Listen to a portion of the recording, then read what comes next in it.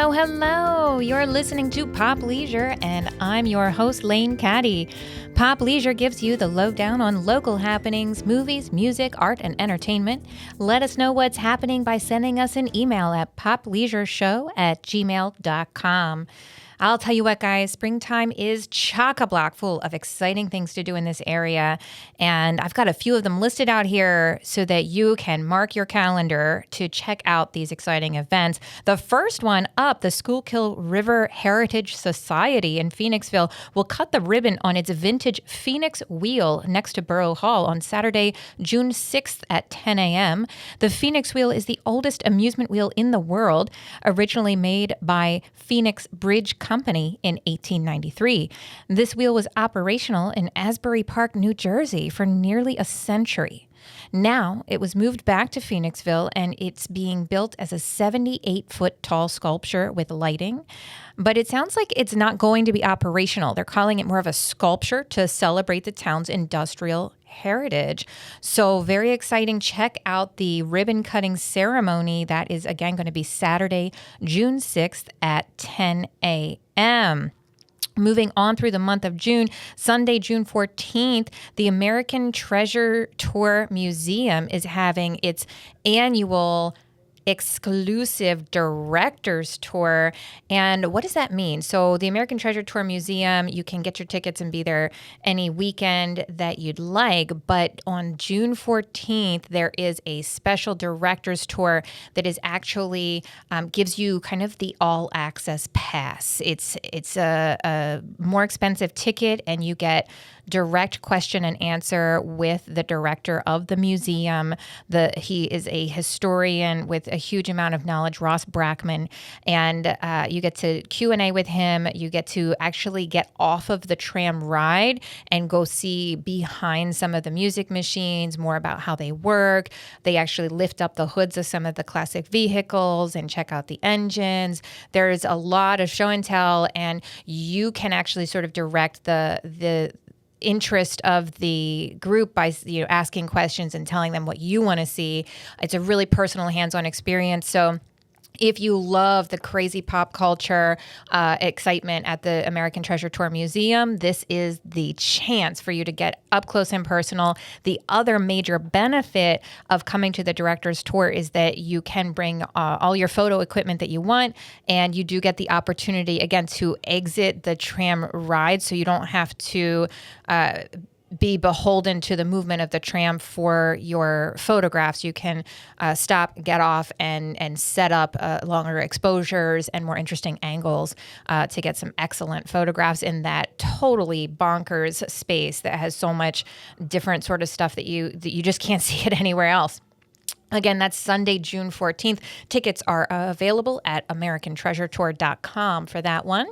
Then coming up on Saturday, June 20th, the Arnold's Family Fun Fair is better than ever this year. Arnold's Family Fun Fair is an annual event to kick off the start of summer, and this year it is featuring an outdoor petting zoo in addition to free face painting, in addition to a full stage show by Cuckoo the Cartoon Magician, who's going to lead us into an epic balloon drop in the party pit at 4 o'clock. So starting early in the afternoon, around 1 p.m., you can get your free face painting. Then at 2 o'clock, it's going to be a big first responder display in the parking lot with the Upper Providence Fire Department and first responders, vehicles, policemen, ambulance for the little ones to check out those really cool trucks and things.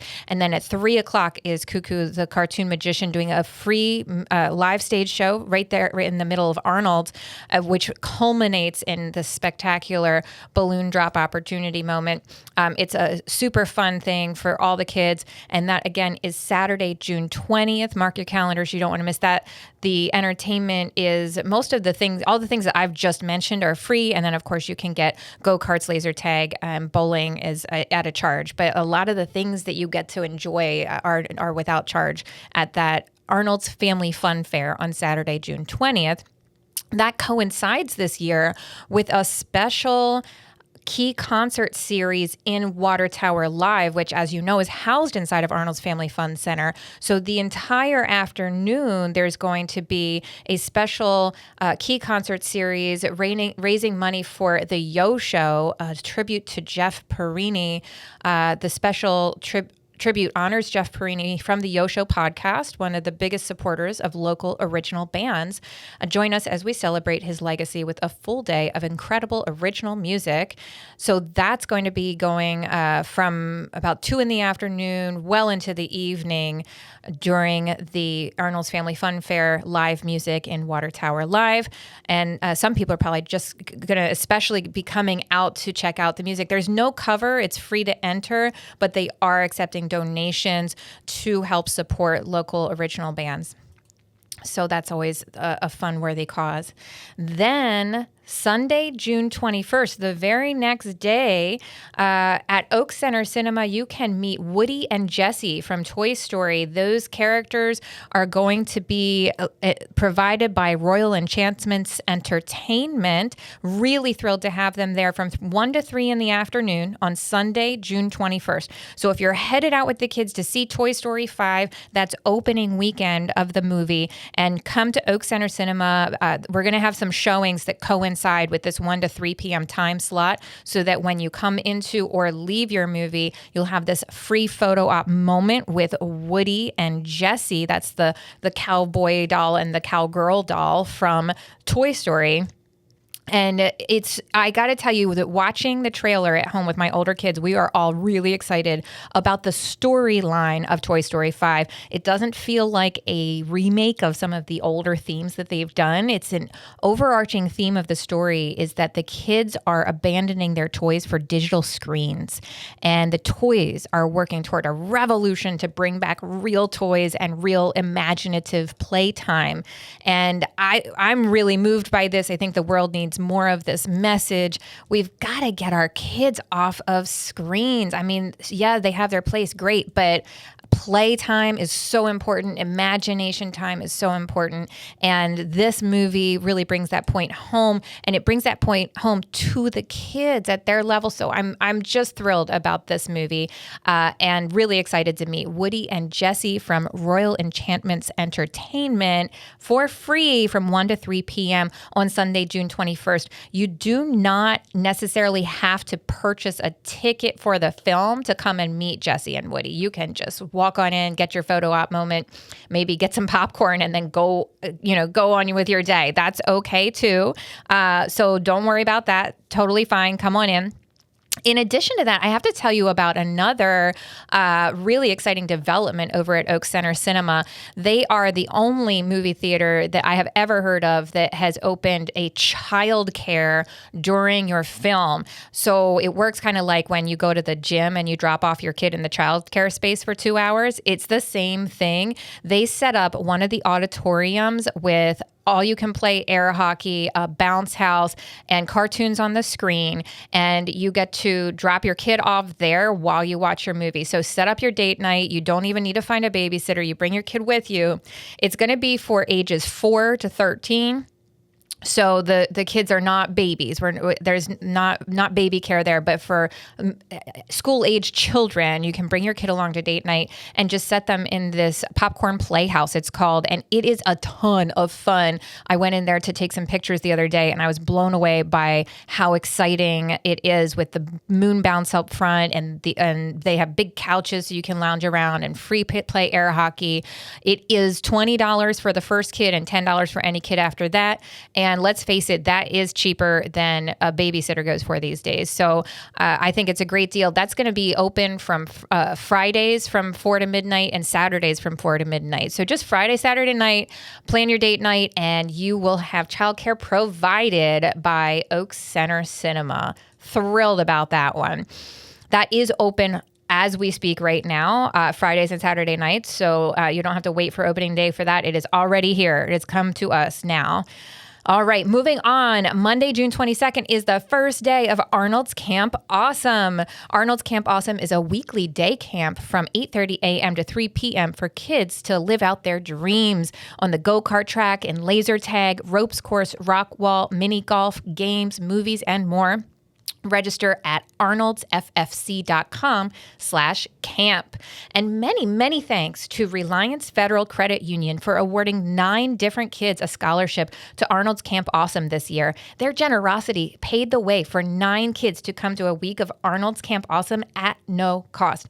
We are so blown away by their generous support and totally grateful. I want to recommend Reliance Federal Credit Union student accounts to young people out there because my son opened his account recently. He got a $25 bonus just to sign up, and Reliance gives cash rewards for good grades on his report card. So check out RelianceFCU.com to join. Later on in this episode, we're going to hear more about Water Tower Live, a local hotspot for live music events. And then I have a really fun interview with Joe Fiore about his podcast and the upcoming release of Masters of the Universe, which releases this very weekend. Here's the scoop on Masters of the Universe. I'm going to read you some of the synopsis if you're unfamiliar. All right, ready? Masters of the Universe movie, an 80s throwback, comes to life on the big screen all over again.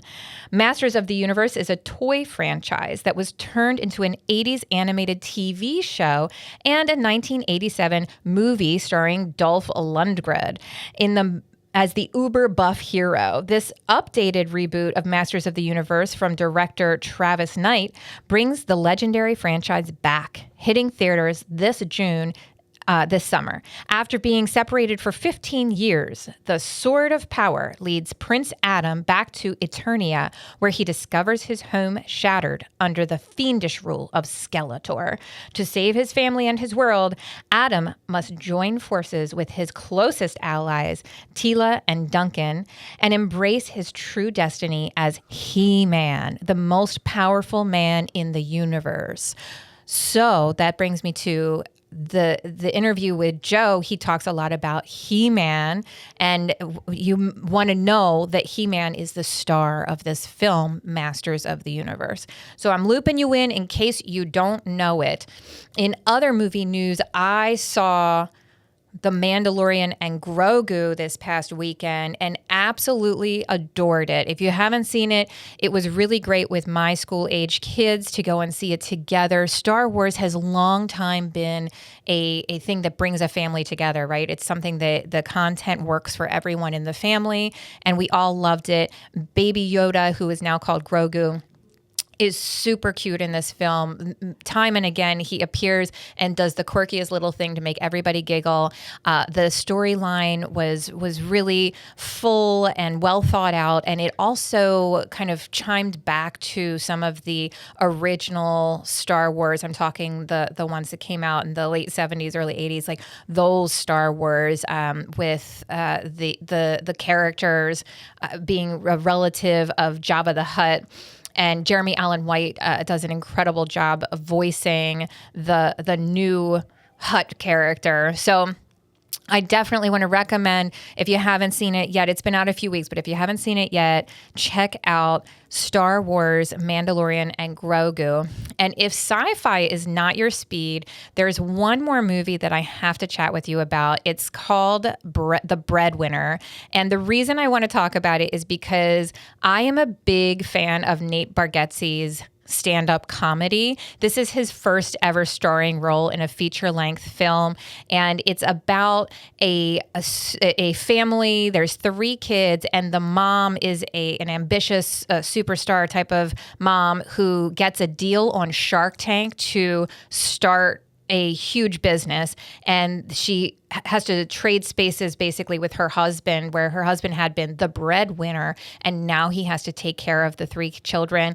And just, it's a great lighthearted comedy, fun for the whole family. The action, the language are really appropriate across the age groups of your family, so you can bring everybody to see it. It looks like a ton of laughs, and I really expect good things out of it. So that's my recommendation for movies to see coming up this weekend. You've got a lot of options. Don't forget, you can go on date night and bring the kids to the Popcorn Playhouse movie, childcare at the movies this weekend. And that's it. I'm going to bring it into an interview with Nick from Water Tower Live, and then later, Joe Fiore. All right, guys.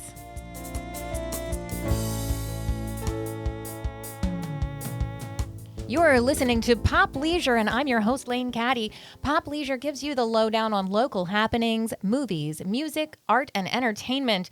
I'm joined today by Nick Mitchell, promoter for Water Tower live music venue with bar, bowling, axe throwing, and arcade games. What an exciting place. The Water Tower has a long history and has recently become the live music home for lots of bands and fans in this area, particularly after the closure of the Sound Bank and the Pick. Two other local live music venues closed, I want to say maybe in 2024. Does that sound about right, Nick? Yeah, around that time. All right. So tell me, how has the closure of those venues really made an impact on the Water Tower? So those venues, they weren't just bars that bands went and played music. They were actually designed to go be able to see the new local band or the bands that were kind of up and coming in the area. They were spaces that were designed around the music instead of just designed around selling the food and the drinks. And it was really just a very special place that you can go to.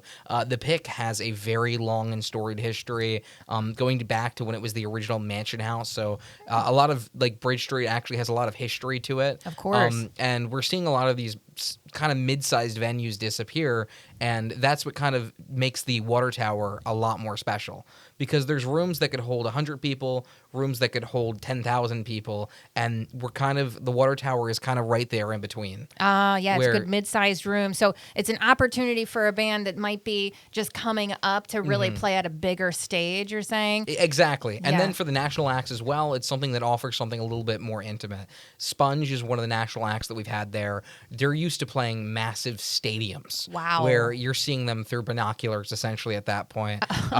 Having them come when they had come and played the Water Tower, it gave their fans a very unique opportunity to actually have a more intimate show with them. Intimate in comparison. Sure. To At Water something like a Tower stadium. Live, the guy's breathing on you. If you're up front, that's surreal to have a national act and be able to spend the time in that room with them. It's not tight. It's not like a small room, but for them coming from a stadium, that would seem absolutely small. For one of the shows as well, Galactic Empire, we had DJ Q-Ball of the Bloodhound Gang. Oh, cool. Almost all the footage, if you look up of him online, is him doing these massive Madison Square Garden arenas, giant music festivals. And it's really nice that we can both have smaller performers who have come from venues like the Sound Bank, for example, all the way to national acts like Sponge, members of the Bloodhound Gang, Galactic Empire, all these bands that we've kind of had. Now, the Water Tower is in a really unique space because not only is it this very nice mid-sized venue, it's designed for the music. So you have these bands that are kind of homeless in a sense to having a home venue, and it offers them an opportunity to create this really unique experience there. You mean because of the closure of the Pick, that Yes. they're that was home base for some people, some bands that played there several times a year perhaps, and now they're calling Water Tower Live kind of their place their go-to venue. You're exactly right. Yeah. One of the greatest examples too is Tony Cadaver, who has his band Psycho 78 and the Noid, massive people within Phoenixville. They were kind of in their infancy playing. He actually used to be the promoter over at the Peck, and now he's kind of found a second home over here at the Water Tower to throw his larger scale events. I did not realize that he played that role over at the Pick too. Tony Cadaver is such a dynamic individual. He's got the punk rock flea market that he does. He's the front man to Psycho 76. He's just all over town. I think that he's brings a lot of high energy to an event. It's very cool. And many don't know this, but the punk rock flea market actually started out inside of that Peck, inside of an area you could only at max have maybe 10, 15 vendors. Wow. And then it's ballooned to coming over to the Expo Center and being over around 100 vendors or so. Oh, that's huge. And then us having their after party, which is kind of a massive scale up. So it's crazy to think that the Peck at one point had the music and also had the vendors, and now it's kind of grown so big, and it's grown over to Oaks, where we've really expanded on top of it. That is kind of the beautiful thing about Oaks. There's no shortage of space here in Oaks, right? Like where Phoenixville, there's some really cool stuff to do in Phoenixville if you can find a place to park your car. But I love how the different venues in Oaks have free parking and loads of it. So you're just walking straight into a place like Water Tower Live without stressing about, how are we going to get in the door, particularly in cold weather. But, all around, it's just nice to not have that struggle. I always say to every band when they come and want to promote at the Water Tower, It doesn't sound like a big deal on paper. Free parking. Okay, free parking, whatever. But when you actually take a look and think about how much of a big deal free parking is, you start to really put into context, like, free and ample parking is also a big deal. That saves me 20, 30 minutes that I'm not missing the show. I'm not getting my drink. I'm not getting my food. And the truth is, people like to jack up the prices of parking. I personally, I'm down the shore often. Wildwood around 4th of July, I'm not exaggerating when I say people want to go by the boardwalk and see fireworks. They'll jack up the prices. I am not exaggerating to $100 for the evening for parking. So for you In to park, Wildwood? No, that to doesn't see the seem fireworks, real. that's how coveted parking is. Wow, that's brutal. I mean, I know of, like, some major cities where, parking is super expensive and difficult, but I did not realize it was getting that spicy in Wildwood. I've been to certain venues. I've taken my girlfriend to concerts. I've gone to concerts, and every time I want to park my car, I feel like so sketched out. I'm handing $20 to a random guy, giving him my keys, like stepping in mud, going through streets just to walk over 3 blocks to the venue. It's like... Right. It can be really sketchy. Yeah. And oftentimes, of course, our live music is happening late at night. So it's dark, and we just hope that everything goes pretty smoothly there. So, yeah, I think that's definitely one thing that Water Tower Live has hand over fist above so many other venues where you could see live music. And it's not only outside that there's loads of space, but inside the venue has lots of other things to do. It's live music, but you can bowl while you're watching a show. What else can you do? There's so much on top of that. There's axe throwing, there's billiards, there's little spots you can eat food, you can have a drink and just enjoy the show. Oftentimes we have ticketed shows, but then we also have sponsored shows. It's just a great way to kind of relax and enjoy the night. Now, speaking of all the space, all the different activities, such as Arnold's, which is on the other side. So Arnold's, of course, with context, is the overcomforting building. So the water tower is located inside of Arnold's on the right-hand side when you enter, which is the bowling, axe throwing, 2 bars. Because it's such a big space, you can bring the whole family. I know for you have kids, right? I do, yes, 3 of them. It is such a pain. I'm not a parent, so I'm not in that perspective. But from what I understand, it's such a pain to get a babysitter and go here and go there and get everything all tied together. Go schedule it. It is a challenge, and for sure. At the water tower, let's say your kids aren't into rock and roll music.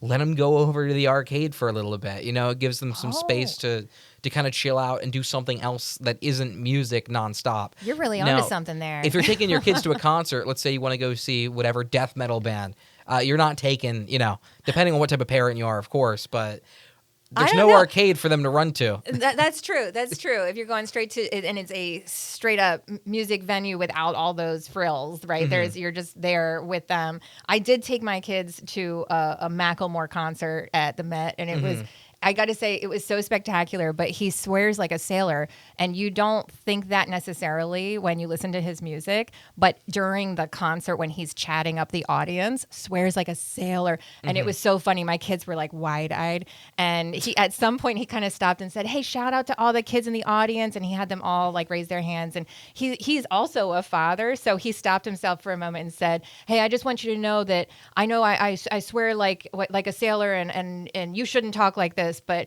kudos to your parents for bringing you out to the rap show." So I'm glad you bring that up. So with the water tower, we have a special sort of filter on nothing, a very explicit profanity. We want to make sure all shows are accessible for all ages. Yeah. Of course, as we go later in the night, there are some exceptions. We'll have, for example, Tony has a Misfits tribute band, but we make sure that goes on a little later at the night. And of course, he knows what to say, and making sure the show is really accessible for everyone who comes. That's a really good point. Being that Water Tower Live is inside of a family fun center, I'm sure that there are some songs that you really just can't play on that stage, right? Because all the shows, you said something interesting. All the shows are all ages? Yes. Tell me about that. So first and foremost, there are plenty of venues.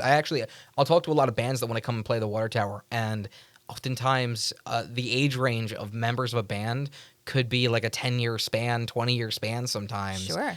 You're having these bands with like 20-year-olds, and they can't go play the local bar because they're not physically allowed in the venue. Oh, wow. Which is a shame. So that's music I that wouldn't you're even missing think out of it from the perspective of the band members themselves. Like, I'm thinking more about people that are at Arnold's just to bowl anyway, Yeah. right? So they can't be coming into music that might be slightly offensive. Exactly. We have Nevertheless. So Nevertheless, they were originally in their 20s playing bars, stuff like that. They've got And a they were little coming older. up against it. They have families now. They have young children. Oh. And it's kind of funny because you think Nevertheless is one of the bands that plays like these bars out in Bridge Street. Very kind of rowdy crowds with drinking, Sure. all that sort of thing. People who just turned 21, not the environment you could even bring your kids into, let alone your toddlers or 3-year-olds. So it's actually funny, whenever we have Nevertheless here at the Water Tower, they're able to bring their entire family, and it becomes a little like toddler romp where they're playing music and they're watching dad up there sing. That is so cute. I think I met one of the guys. I don't remember. I'm sorry, I don't remember who it was, but he had a little toddler in his arms, and she was adorable. That's so sweet. And to bring her along, as he's playing his show, that's a really neat opportunity. Yeah, it's an all ages venue, and that's just such a cool thing that you have the opportunity to do that. It definitely is. I remember being, 18, 19, 20, feeling like there was no place for me, right? Yeah, and even now, it's gotten a lot worse since COVID, and you'll Has see it? that Walmart is one of those places that's like one of my, I'm not going to say loiter places, but like a place that you could just exist. There's this whole conversation around a third place where it's kind of a place that you could hang out. You're not expected to spend a lot of money or get too involved in this or that. And I think Arnold's and the Water Tower is definitely one of those third places that we've kind of talked about. Yeah, and a the place to reason just being, be. you can exist there, meet your friends there. Hey, let's go to the Water Tower after this. This is our hangout spot. And it's for all ages, and that's a big deal for me. By the time you're like 19, especially around that awkward age when you're just a freshman in college, 18 years old, it's like, okay, you're an adult. You could be trialed as an adult and get fined and stuff, but you can't go hang out anywhere. Right. Yeah, Yeah. That's challenging. So it's such a great spot that we have that. Yes. But like, for example, there's barely any 24-hour diners anymore. That was the only other place you can go to. There's like Andy's Diner in Conshohocken, but that's still like 30 minutes from here. And that's then a you have to trip. go deep into Philly or Jersey if you want to go anywhere else that's 24/7. Right. But other than that, if you're a night owl, it's like you got nothing else to do. That's true. I remember finding the 24-hour diners like at that age. Even just, in college, you're up late, you're studying, and everybody's like, let's go get a cup of coffee to like wake us up. And we would travel for it. So here, if you're hearing this and you're a 24-hour diner in the like greater Philadelphia area, let us know. Let us know, and I'll give you a shout out and tell people where they can come and find you. But in the meantime, Water Tower Live isn't 24 hours, but we're open. It's pretty late on Saturdays till midnight usually. Yeah, and oftentimes in special cases, we'll have shows that go on a little bit longer. We'll expand the hours. Depending on how big of an event it is or how long it needs to go on. Sure, yeah. For example, that Tribute to Terror is a lot of these monsters coming out. It's a big gathering of monster and horror fans. Those people don't go to sleep early. Sure. We had the Tribute of Terror here until 1 a.m. and really had everyone have a big romp that late at night. Oh, that's cool. That's in the fall, isn't it? Yeah. It's like a post-Halloween gig. We should check that out coming up this fall and see what they've got in the lineup for this one. I'm looking forward to it. Excellent. Well, I'm sure we're going to have lots more to talk about, Nick, and we'll meet you again soon. But thank you so much for joining us today, and have a great one. All right. Gotcha. Absolute pleasure. Thank you again so much. Thank you.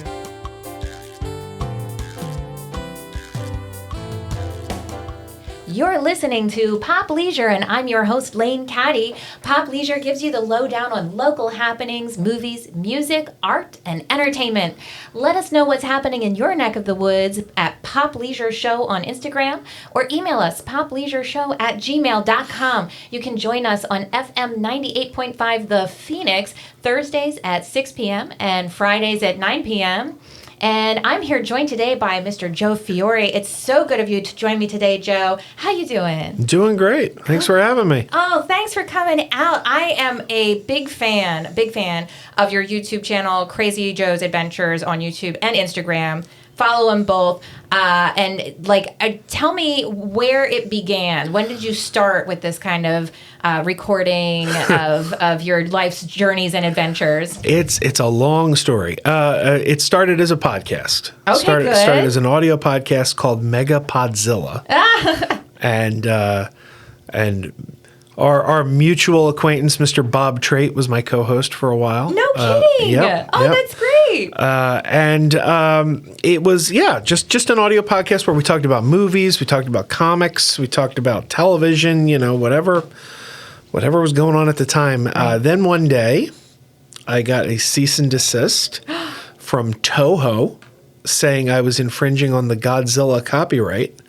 So I needed to change the name.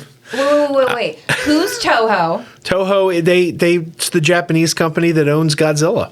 And repeat the name of the podcast for me so I understand. It was Mega Podzilla. Mega Podzilla. And the owners of Godzilla say that is infringement. Yes. Now, I talked to some lawyers, and they said that Toho wouldn't win that case. I agree. But they have enough money that they could take me to court, and I would need to fight them. And they said, easiest course is just to change your name. They said, if you want to fight them, you'll win. But do you want to have that fight? Right. Oh, what a pain in the butt. So I changed my name to a name that I really wasn't happy with. I was Mega Podzilla for 9 years. Oh, wow. I have an audience. I don't want a drastic change. I want to keep a name that is similar enough that they'll be like, I know what that is.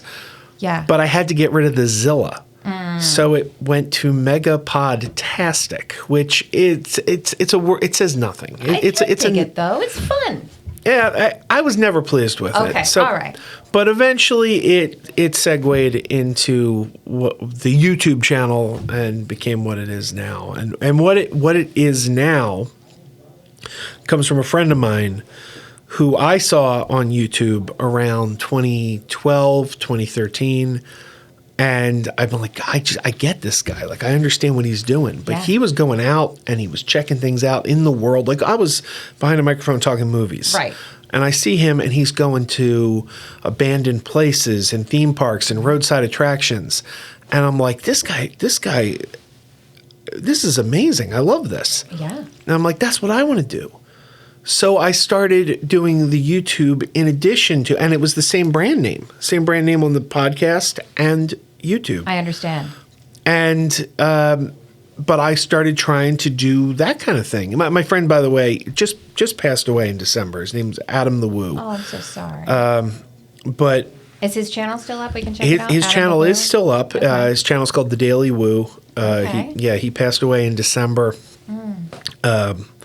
And at the time, he was a guy I saw on YouTube. We ended up becoming friends. Was he a local guy too? No, he's out of Florida. I see. All right. But he used to travel the whole country. So he would come here and, in fact, it's funny because he brought a lot of people together. A couple of years ago, I did a video where we went to the American Treasure Tour. Yes. I think that's how I met you in the first place, with the American Treasure Tour Museum.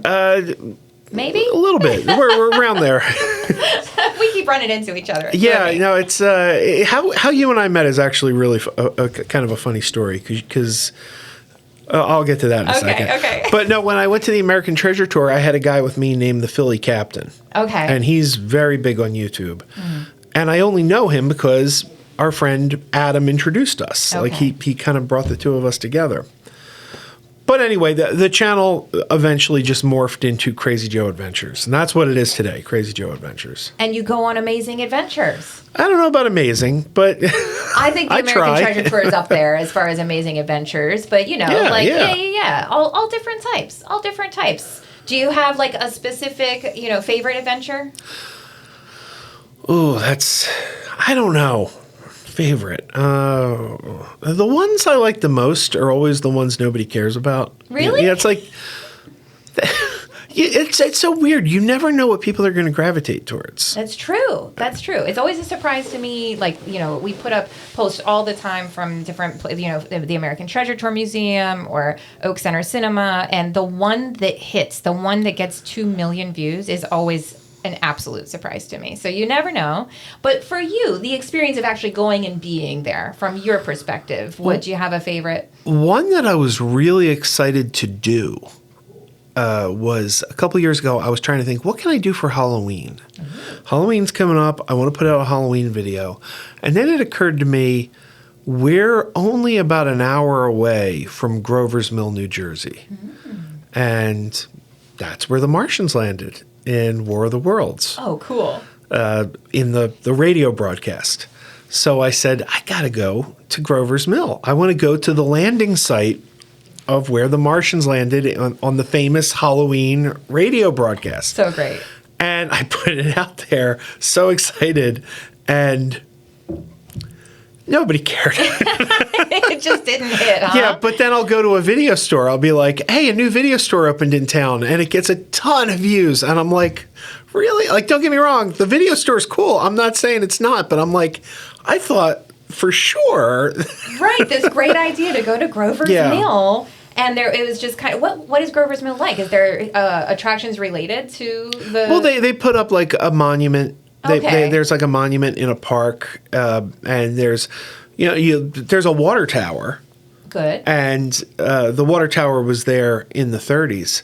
And like apparently the people came out and started shooting the water tower with their guns because they thought it was the Martians. Oh my gosh, that's so funny. So it's like I got the water tower. I'm like, this is the water tower. They were opening fire on this with their shotguns. And that is bizarre. And then there's like a little coffee shop nearby they did like a War of the Worlds themed coffee shop. Oh. And they have all kinds of the movie posters from the movies and, pictures of Orson Welles hanging up and like little Martian shaped cookies and things. That sounds like so much fun. Yeah. That might be my favorite. That's great. That makes me want to take my family, go check it out. That would be like a fun day trip. It's a day trip, right? Yeah, it's about an hour away. Oh, great. That's fantastic. So now this is one of the things that I'm really big on is stuff that's super local. And did you grow up around here? Yes. Where'd you grow up at? Springfield, Delaware County. Delaware County. All right. Great. And then you've lived in this immediate area. You said North Wales,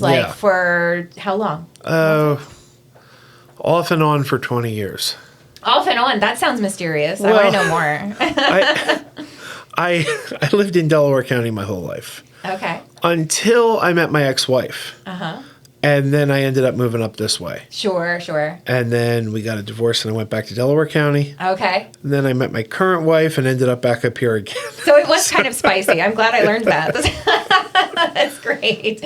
So you're in North Wales, and that's a great space. There's a lot of fun things going on up there. Like, there's just a lot to do, a lot of cool things to see. Do you have anything, like, real close to home that you love? Like, I don't know, where do you go? Here's a good question. I know we all love Oak Center Cinema right here in Oaks, but do you have a favorite movie theater up in North Wales? The Regal Warrington is where I tend to hit the most. Yeah, it's very close to my house. Yes. And I always feel like when you walk in there, because they remodeled it during the pandemic. Did they really? They remodeled the whole place. And I always feel like it feels like the grid from Tron. Like you walk in the front door and it just feels like you walked into Tron. That's so funny. That's great. Like it's a different world. I like kind of feeling transported by the movie theater space. Like you're getting ready to just walk away from the stuff that goes on in your head to go be in a different space for a film. That really delights me. I have a funny story about the Regal in Warrington. I was up there years ago, so I don't know if this is still this way anymore, but I don't know, 10, 15 years ago, I was watching a movie there. And, and this is true of a lot of theaters where, like, if you're watching a film in one of the auditoriums that's, like, not near the front lobby, you can keep walking, and there's an exit, like, way in some weird back corner of the building. There's almost always an option, right? And in Warrington, this one time, it was pretty late at night. The movie let out, like, say, 10 o'clock, 11 o'clock. And I'm just like, yeah, sure. We'll just kind of follow this hallway. And this exit seems closer and it's a nice night out. I want to walk around. I opened this back door and set foot into a landing. The door slammed shut behind me, and I had 1,000 bats flurrying by my head. It was like I had walked into the bat cave, and they were, oh my gosh, they were touching me, and I scared them because clearly nobody ever uses this door, right? And the door slammed shut behind me. I went back to reach to open, to like let myself back in, like, oh my gosh, I have to get out of this situation. And it locked behind me. So I was like stranded on this landing, just being like brushed up against by 1,000 bats, and they all like squeaked their way out. An absolute meltdown. I was petrified, but then they were all cleared out, and I walked peacefully to my car. It was fine.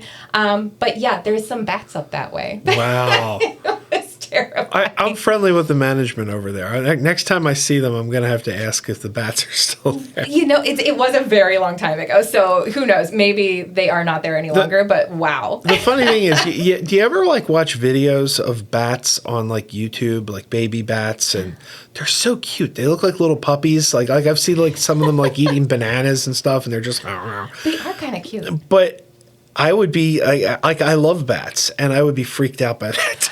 That's the thing. It's like that they were all touching. It was just so many. Like Right. It's very, very overwhelming. And I'm sort of a sissy about things in general. So like it was not okay for me. Total offense. Oh my goodness. So let's think about movies that we're going to go see soon. What's coming up? We were talking about He-Man. Yep. He-Man is coming up. What do you hope for He-Man? I don't know. I don't want to put too much expectations on it, because it's not fair to the movie. I just want it to be good. Like I like what I'm seeing though. The trailers. I haven't actually seen the trailer yet. Tell me, what did you see? Apparently he's been living on Earth. We don't know why. Okay. Something happened, and they sent him to Earth, and now he has to come back to Eternia, but he has to find his sword again, and like they show him like his sword's in a comic book store. He has to go into a comic book store to get his sword back. I love that.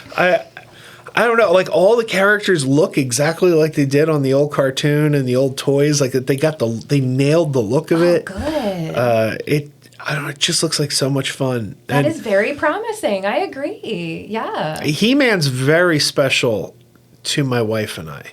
Oh, tell me why. Because when I met her, there used to be, I don't know if this website still exists anymore, but there used to be, I know everybody uses apps now. Sure. But, we've been together long enough that we missed the app thing. We were still on dating websites. Oh, yeah, I understand what you mean. Yes. Yeah, and there was one called Plenty of Fish. I don't know if it still exists. I don't know. But probably doesn't, because everyone's gone app crazy. But we were trading messages. She's like, tell me a little bit about yourself. And I said, well, I have a large collection of He-Man action figures. And then you kind of like stand back and you're like, what's the reaction to this going to be? Like, How's she going to take that? Is this the deal breaker where she's like, well, I'm not looking for a guy who's got a collection of He-Man action figures. But she responded with a photograph of her She-Ra DVD collection. Oh. And I was like, instant love. Yeah, pretty much. That is so sweet. So this one's kind of special. You guys are going to like have special date night, I think, for He-Man. Oh, yeah. Oh. We've got the matching He-Man and She-Ra power swords hanging in our bedroom. Oh, I love it They're much. like, they're foam. That is so stinking sweet. Oh, that's so cool. I'm excited that you said that it visually really matches. I think that's important for I'm a visual person, like a very artistic, like even if I am ever singing, I have to close my eyes because it's like too much visual input for me to like keep tune because visual means everything to me. So I'm excited to hear that they really nailed the style, the look of the characters for that. So that's going to be a good one. And do you know the date that comes out? Gosh, I don't know. June 3rd, I think. June 3rd. Oh, perfect. All right. I have June all these 3rd. dates on my calendar. We're going to be how watching obsessive I am. He-Man. That is fantastic. And then it's a great summer for superheroes in general. So He-Man, and then later in June is Supergirl. Mm-hmm. And I think I didn't see the trailer for that one yet, but I saw a poster where she is holding a puppy. Do you know anything about the puppy? Well, it's Crypto. It's Crypto. Crypto. It is the one Yep. from the most recent Superman movie Yep. that everybody was on about. Yes? Did you see that? I didn't actually. Okay, it's her dog. Oh. It's her dog. Like throughout the movie Superman, he's kind of annoyed by the dog. He's got this dog and he's kind of annoyed by it, and he keeps telling people, "It's not my dog. It's not my dog." And in the final scene of the movie, Supergirl shows up and she's like, "I'm here to pick up my dog." Oh, that's so funny. Oh, it makes sense now. I was sure that it was the same dog. I'm like, how did she end up with the dog? It was never his dog in the first Right. place. He was babysitting up Supergirl in this version. And it makes sense if you think about it. Because Supergirl is older than Superman. Is she? Not physically, because they came to Earth, they had to travel in a spaceship, timey-wimey things happened. Right. Timey-wimey. When Clark was born, she was already a teenager. No kidding. But he got to Earth first, and then when she got here, more time had passed for him, so he had grown to adulthood, and she was still a teenager. I see. That's So- why Supergirl and not Superwoman. Right, Okay. right. So she witnessed the destruction of her planet. Oh, wow. Clark did not. He was a baby. Yeah. So she has a lot of trauma. Oh. And in this version, Supergirl likes to go to other planets that don't have a yellow sun, because the yellow sun is where Superman and Supergirl get their powers. And she likes to go to planets that don't have a yellow sun and get drunk. Because she's got all this trauma. So that's kind of the premise, is she's kind of like a drunk party girl because she's carrying the weight of having watched everybody she knows die. Oh, gosh, this is deep, Joe. This is that's deep. That's very, philosophical to think of it that way. I wonder if everybody's reading that far into it. I mean, it's based on a graphic novel called Supergirl, Woman of Tomorrow. Okay. And it's a very well-regarded story. Yeah. So...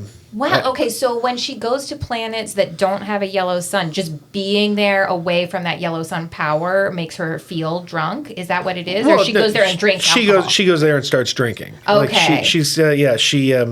Like Superman explains that because of the yellow sun, alcohol has no effect on them on Earth. Okay. So and they even comment in the Superman movie. They're like, yeah, that's very self-destructive. She shouldn't be like that. So Of course. So I'm curious to see where the movie goes. But I hope that it's healing for her, right? Yeah. I have a feeling it will be, but we'll see.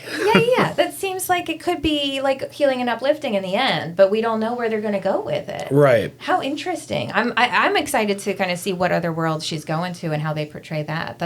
I love to see the creative expression of what it might look like on another world. And if it doesn't have a yellow sun, what does it have? Like how... Is it like a red sun, or is it like... Well, Krypton had a red sun. Okay. So, yeah. That makes sense. Red. Wow. That's going to be a good one. And there's more. There's more this summer, even later it's not till later in the summer that we get into the Spider-Man. Spider-Man's coming. Are you a Spider-Man fan? Love Spider-Man. Yeah. Gotta love Spider-Man. Yeah. I don't know much about this one that's coming out, and where it falls in the series of what's happening with Spider-Man. Well, this it's a little, a friend and I have had a lot of conversations about this, because it's following up what happened in the last Spider-Man movie. Okay. And did you see the last one? Yes, Spider-Man was Spider-Man No Way Home. Doctor Strange cast a spell, and nobody remembers that Peter is Spider-Man anymore. Right. But we're kind of wondering, what does that mean? Yeah. Like, nobody remembers, but does that mean that none of these things happened? Does that mean that magically these things did not happen, or that they did happen and they just don't remember it? Because we're seeing a lot of his friends and they've kind of gone on with their lives, and it's like, well, it's confusing because you don't know what the parameters are of what they did and how it works. I don't know. It's going to be interesting to see. A lot of questions unanswered from the last one. Right. So this will really, I hope, put some clarity on it. Either that or we'll all be really, really confused. But hopefully some clarity on Spider-Man later this summer. All right. Well, I could talk all day about movies with you, but we don't have all day. We just have the hour, So tell me, do you have any plans coming up next for content on your channel? Any exciting things? Always looking. I'm always looking. I do have a notebook filled with about 40 different places I'd like to go. Oh, what's at the top of that list? I'm dying to know. My ultimate wish list, and I'm not going to get there for a long time because I don't get to travel too much. I got 2 kids, I don't get out of state. But the one thing I've always wanted to do is go to California and visit the filming locations for E.T. Oh, cool. There's a scene. Okay, I can't explain why. This is so weird, and I can't explain why. But there's a scene in E.T.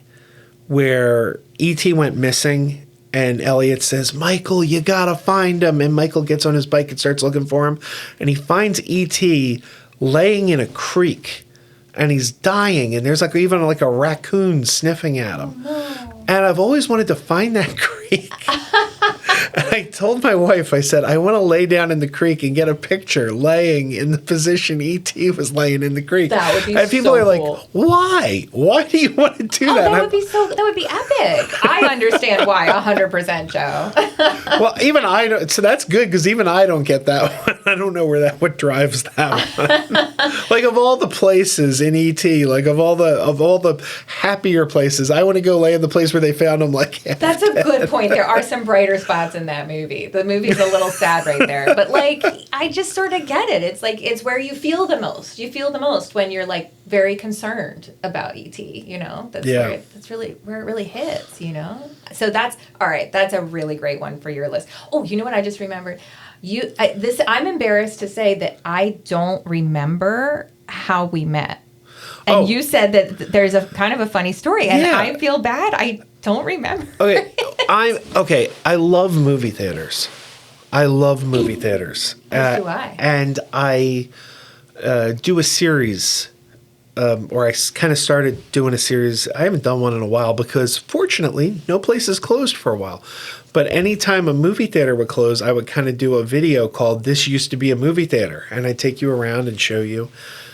And before you took over Oaks, and when it was Regal, they closed down, and I did a video out there and said, this used to be a movie theater. And for some reason, Facebook pulled my face from social media and made up a Facebook page. I don't know how these things work, but Facebook's they're so bizarre. It's all dawning on me now. And you emailed me because you thought I owned the Facebook page, and you were like, can you give us control of this Facebook page? And I had to tell you, I don't have control of that Facebook page. Facebook created that thing, and they just pulled my face off of social media. That was so bananas. Yes. I was trying to set up the Facebook page for Oak Center Cinema, and Facebook had already kind of made one with your face on it. Yeah. But it's like you said, it was this weird automated mashup because you had that content about the theater. But you didn't actually own the page. No, I didn't. I'm trying to remember how it all landed. I remember being on endless chats with people on Facebook. If you dig deep enough, you think there's nobody on the other side of Facebook. If you dig deep enough and you really mean it, you can get on a chat with them. But it's like running in circles. It's very, very not helpful most of the time. But we got it all sorted. But you were so nice about it. Thank you for your help. I remember that now. I feel like you were kind of digging deeper too. I don't know how this happened. Yeah, and in fact, that's funny because while that was going on, you gave me your number. And I put it in my phone, and I forgot it was there. And I know last week we were going back and forth with emails, and suddenly I went, hold the phone. I think I got her number. Right? Yes. Yes. Yeah, that came in handy, and Yeah. here we are together again. Oh my goodness, it's all coming back to me now. That was such a fiasco, but you were very kind and gracious. And now that I think about it, if somebody said to me, "Hey, I found your face on this Facebook page. You must own it. Can you help me with this?" I would be really surprised if I didn't make the Facebook page. Like, you must have been shocked. Like, how did this happen? Yeah, it was. I was a little taken aback. I was like, Yeah, it's the same way with Google business profiles. If you own like a venue, a company, like say a coffee shop, for instance, you own a coffee shop. If you don't have a Google business profile, people make one for you. Like, people will like go and Google it and just start writing reviews. And when you you have to actually just go claim a profile that other people already made up for your business. It's bizarre how that works. Like, that's so backward to what you would expect it to be. Right. And I think whatever was going on with Facebook was kind of similar to that. It was people that had like reviewed or whatever the venue, and I don't know what they're up to over there, but we got it all squared away. Thank goodness for that. Wow. All right, Joe. So it's been such a pleasure. We're gonna wrap it up, but tell the people where they can see your channel and keep in touch with Joe. well, I got 2 YouTube channels. Krazy Joe Adventures is the one. That's where my heart is.